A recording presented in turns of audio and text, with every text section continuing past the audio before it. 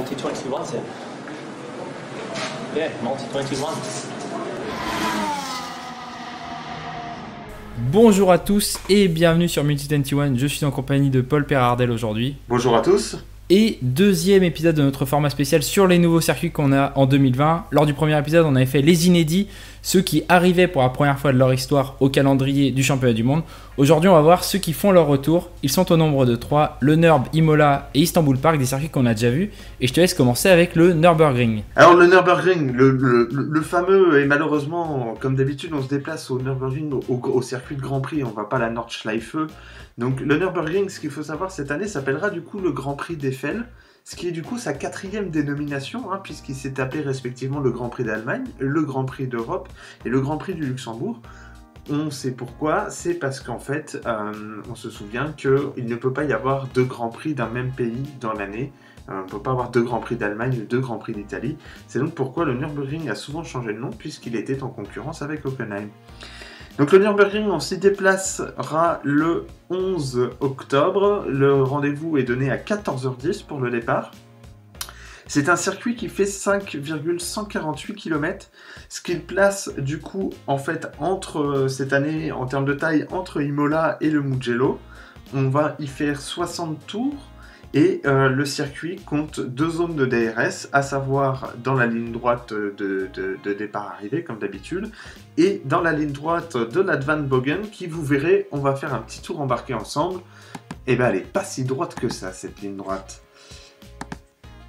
Alors, je vous emmène donc sur une Ferrari de 2008 pour un petit tour embarqué. Et donc, on attaque donc dans la ligne droite des stands, assez courte, mais elle finit sur une légère descente qui, vous allez voir, en fait, on freine très très fort puisqu'on arrive en fait sur la Yokohama Curve, qui est une épingle avec un trou au milieu. Vous voyez qu'on allume un peu les pneus comme toujours.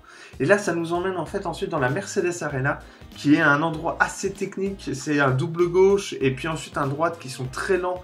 Voilà, c'est plus technique qu'autre chose. Il ne va pas s'y passer grand chose à cet endroit-là, puis on ne va pas très vite. Là, on va sans doute un petit peu abuser des limites de la piste en ressortie pour aller dans une autre ligne droite qui nous emmène vers un gauche-droite en descente avec un changement d'inclinaison au milieu qui, là, pareil, va délester l'avant droit.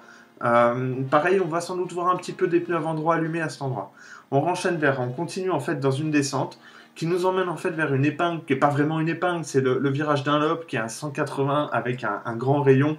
Pareil, il ne va pas s'y passer grand chose, c'est juste pour renvoyer vers l'autre côté du circuit. On rattaque la remontée, on arrive vers le virage emblématique qui est en fait les S de Schumacher. Donc ils vont se prendre à fond, ça va être magnifique à regarder, ça c'est sur sec évidemment, mais ça va être magnifique à regarder. Et là on enchaîne ensuite, on arrive sur le 10-11 qui est une copie du 5-6 en fait, c'est un premier virage un peu rapide qui change d'inclinaison et qui renvoie en descente sur un droite un peu plus lent. Et là on arrive du coup donc sur la ligne droite qui ne l'est pas. Là vous voyez c'est ce droite qui se prend à fond qui s'appelle l'Advanborgen qui fait qu'en fait on ne peut pas attaquer à deux de front, ça va être sur la fin au freinage qui est le freinage de cette chicane, la NGK chicane, qui va permettre des dépassements et ensuite on ressort de la chicane, on réaccélère, on fait souffrir les pneus arrière et on arrive sur un 180 degrés, pareil avec un grand rayon qui nous ramène dans la ligne droite des stands. Un super tour de circuit et un circuit qu'on a déjà eu avec des zones DRS puisqu'on a eu ce circuit en 2011 et 2013, donc on sait à peu près où elles vont se trouver déjà, ces zones de dépassement, tu les as bien décrites. Voilà, effectivement en 2013 ça a été la dernière victoire, alors pas la dernière victoire mais la dernière personne à être montée sur la plus haute marche du podium, c'était Vettel à l'époque. On pense cette année qu'on devrait tourner aux alentours des 1,26, mais c'est avec un grand si, très très grand si il ne pleut pas, puisqu'on y va début octobre, et autant vous dire qu'on l'a vu là avec les 24 heures du Nürburgring assez récemment, là, il pleut tout le temps maintenant. Il pleut tout le temps, donc ça peut être super intéressant, d'autant plus qu'en fait c'est un circuit qui est assez lent, très technique, et du coup, s'il pleut, je pense que ça va être assez sympa à voir. Effectivement, c'est un circuit sur lequel d'habitude les 24 heures du Nürburgring se rendent en mai, la F3 en juin, le DTM et la F1 en juillet. Là, on s'y rend en septembre, en octobre, en novembre. Il y a une raison pour que d'habitude on s'y rende en mai, juin, juillet, c'est le temps. Et donc là, ça peut être très intéressant de voir ce Grand Prix sous la pluie. Mais ce n'est pas le seul circuit qu'on va avoir cette année, puisqu'un autre circuit légendaire fait son retour. Et oui, c'est le circuit d'Imola, plus connu ou moins connu justement sous le nom de Autodromo Internazionale Enzo e Dino Ferrari. Quel nom magnifique! Quel nom magnifique! Donc, Cette année, ce Grand Prix s'appellera le Grand Prix d'Emilia-Romagna, qui est le nom en fait de la région de la ville d'Imola. Là encore pour les mêmes raisons, puisqu'on a déjà eu deux Grands Prix même en Italie cette saison, donc il fallait trouver un nouveau petit nom. On ira du coup pour le 1er novembre. Attention à l'horaire, le départ sera donné à 13h10, c'est très tôt. Faudra pas se louper pour nous les Français. Du coup, donc c'est Autodromo Internazionale et c'est un circuit qui fait 4,909 km.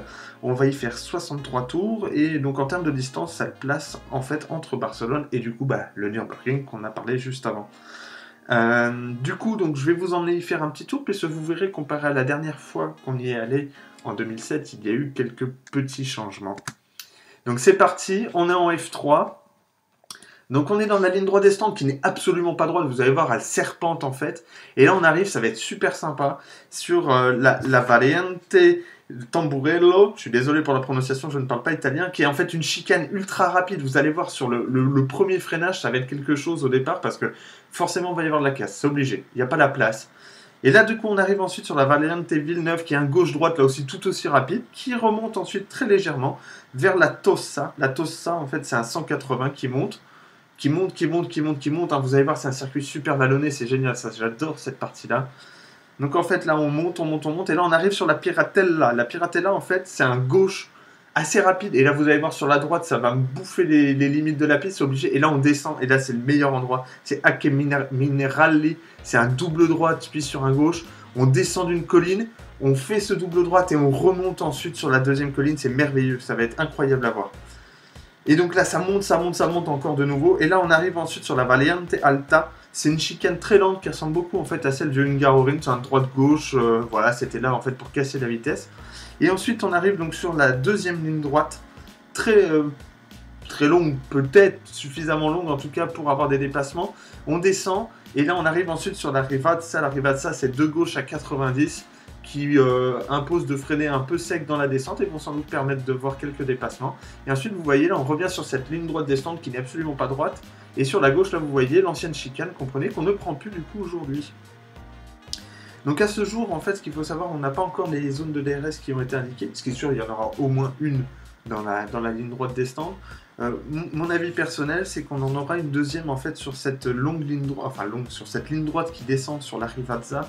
Est-ce que je pense que c'est là où on aura sans doute le plus d'opportunités de dépassement. Donc je pense que c'est là qu'on aura une deuxième zone de DRS.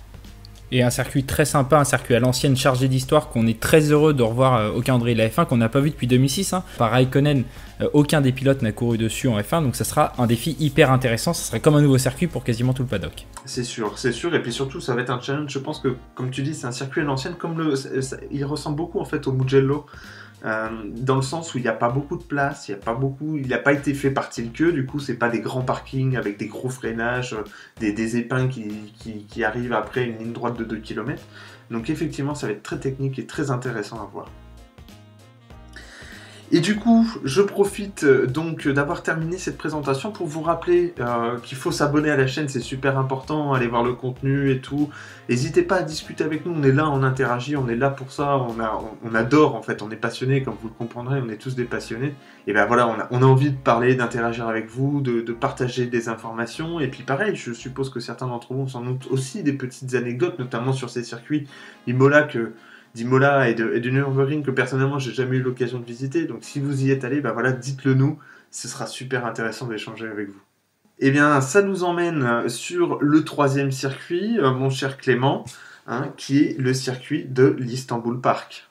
Exactement, l'Intercity Istanbul Park pour son petit nom, qui accueillera le Grand Prix de Turquie le 15 novembre prochain. Alors attention, ça sera à 11h10 heure français, c'est midi 10 heure locale, donc c'est un horaire un peu spécial, il faudra se réveiller assez tôt. On parlait tout à l'heure des circuits de Hermann Talke. C'est un circuit conçu par Hermann Talke qui existe depuis 2005, qui a accueilli la F1 à 7 reprises entre 2005 et 2011. Et il est, pour beaucoup de personnes, le circuit le plus réussi d'Hermann Talke, tout simplement parce qu'il a été fait sur une zone où il y avait beaucoup de dénivelé et qui rend le circuit assez sympa. Donc c'est un circuit de 5 km 338 qui est à peu près, si on prend les circuits modernes, entre l'Albert Park et le circuit normal de Sakir. Il possède 14 virages, on a une distance jusqu'au premier virage de 245 mètres, c'est assez court, c'est à peu près la même distance qu'à Spa-Francorchamps. Et le temps en qualif projeté, ça sera à peu près le même que le record du tour actuel, c'est-à-dire on sera aux alentours de 1,24. Le record du tour actuel, c'est Montoya qui l'a eu en 2005. Si on fait un petit tour de circuit, on commence avec cette ligne droite de départ qui fait 650 mètres. Alors vous allez voir, on est sur un circuit avec des virages qui n'ont pas de nom, qui n'ont que des numéros. Donc un virage numéro 1 en dénivelé et tout de suite cette grande courbe 2 qui remonte progressivement. Alors là où est le vrai premier virage où va se trouver le peloton en embouteillage, c'est ce virage 3 qui ne fait que se refermer sur la gauche avant un virage 4 très très serré. Et c'est là où on risque d'avoir des accrochages. Ensuite, pour terminer ce premier secteur, on a deux doubles gauches assez classiques somme toute qui vont déboucher sur une ligne droite assez courte sur laquelle on n'aura sans doute pas de zone de DRS. On arrive sur un virage légèrement en montée sur la droite, le virage numéro 7 qui prépare bien évidemment au moment le plus iconique du circuit, un des virages les plus adorés des pilotes, c'est ce virage numéro 8 dans lequel on est un quadruple gauche qui n'est qu'en montée et après seulement le dernier virage, on redescend. On redescend vers les virages 9 et 10 où vont être la zone de détection de la première zone DRS très sûrement. Donc le virage numéro 9 c'est un virage à gauche, on va dans la grande courbe du 10 et on plonge dans l'immense ligne droite d'1,2 km qui est séparée en deux par ce virage numéro 11 qu'on prend actuellement une espèce de grande courbe à droite. On est en pleine zone de DRS bien évidemment qui sera à peu près dans cette courbe là puisqu'elle est suffisamment soft pour qu'on puisse la prendre. Et on arrive sur le vrai freinage du circuit, le virage numéro 12, celui de l'accrochage entre Vettel et Weber en 2010. On termine par deux petits virages, un premier le 13 à droite puis le 14 à gauche qui prépare sur la deuxième zone de DRS du circuit sur la dernière ligne droite, un virage numéro 14 où on aura sans doute pas mal de dépassements là aussi. Paul, ça reste un circuit talc, mais ça reste un circuit assez sympa pour les circuits d'Hermann Tilke. Ah, pour moi, effectivement, c'est comme tu dis, sans doute le plus réussi, puisque pour une fois, dans son cahier des charges, on peut lui jeter la pierre pour pas mal de choses, mais je pense quand même qu'à chaque fois, il a un cahier des charges, et il tient à le respecter, et là, effectivement, dans son cahier des charges, il avait un emplacement vallonné, et du coup, il a dû faire avec, et comme tu l'as dit, moi, ouais, je pense aussi que c'est son circuit le plus réussi qui nous a pondu. Et d'ailleurs, quelque chose qui ne trompe pas, c'est qu'il a repris deux enchaînements de ce circuit dans des circuits qu'il a fait après. Le virage numéro 8 iconique qui est repris à l'envers au circuit des Amériques à Austin et l'enchaînement 12, 13, 14 qui est repris sur le nouveau Kuwait Motor Town. Donc c'est la preuve qu'il est quand même satisfait de ce travail-là, c'est que pour qu'il reprenne ses propres virages, il ne le fait pas souvent, donc c'est qu'il a plutôt réussi ce travail. Et on a hâte d'aller d'ailleurs sur ces trois circuits, revoir trois circuits qu'on a déjà vu en F1. Istanbul Park, la dernière édition, c'était 2011, on l'a dit. On a plutôt hâte et on espère qu'on verra des superbes courses sur ces trois circuits. Ah, c'est sûr, hein, c'est sûr. Et je te remercie, Paul, d'avoir décrit le retour de trois circuits historiques avec moi. C'était un plaisir. Et on se retrouve bientôt pour des prochains épisodes de Multi21. N'hésitez pas à vous abonner, comme l'a dit Paul tout à l'heure. Laissez-nous un commentaire sur ces trois circuits. Istanbul Park, ça m'étonnerait que beaucoup de gens y soient allés, mais le NURB est un circuit très très ouvert et beaucoup de gens ont pu y tourner, donc ça serait hyper intéressant d'avoir vos avis. On sait que c'est des circuits qui sont très vallonnés et qui sont beaucoup plus impressionnants en vrai qu'en vidéo. Alors, si vous avez visité l'Istanbul Park, le Nürburgring ou Imola, n'hésitez pas à nous le dire et on se retrouve bientôt pour une prochaine vidéo F1. Salut! À la prochaine!